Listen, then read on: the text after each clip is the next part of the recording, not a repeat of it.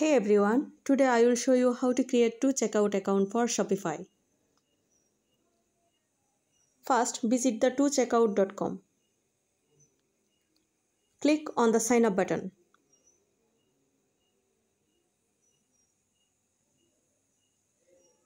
Fill out the registration form with your business name, website URL and contact info.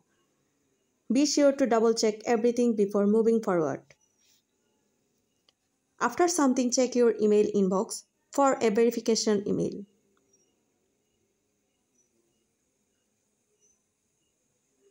Click the link to confirm your account.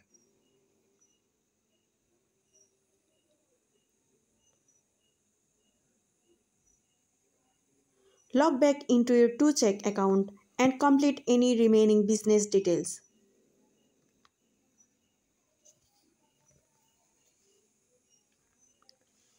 Finally, log into Shopify. Go to Settings, select Payments, and select 2Checkout as your provides.